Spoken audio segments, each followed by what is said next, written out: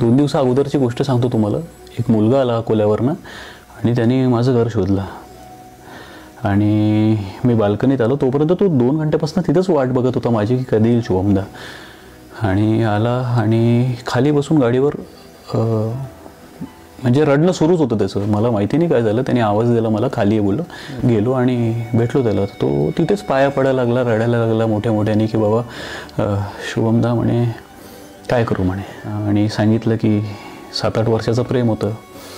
असं सगळं व्यवस्थित सुरू होतं आणि सडनली सगळ्या गोष्टी अशा बदलल्यात की ती व्यक्ती मला अननोन म्हणून ट्रीट करते. लग्न होतं आहे तिचं आता आणि ती मला बोलायला काय माझा चेहरा पाहायलाही तयार नाही आहे.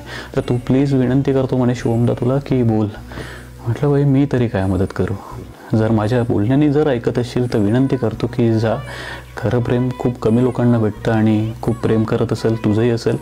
थोड्याशा गोष्टीसाठी नको गमवू त्याला आणि कन्व्हिन्स करा घरच्यांना आणि विनंती करतो की खुश राहा.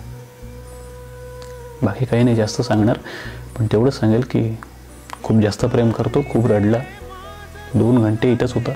मीही सोडलं नाही त्याला आणि शेवट जायपर्यंत त्याच्या डोळ्यात दिसलं की होप होती की शुभमदा बोलेल आणि माझ्या बोलण्याने खरंच वाटत असेल तुला काही.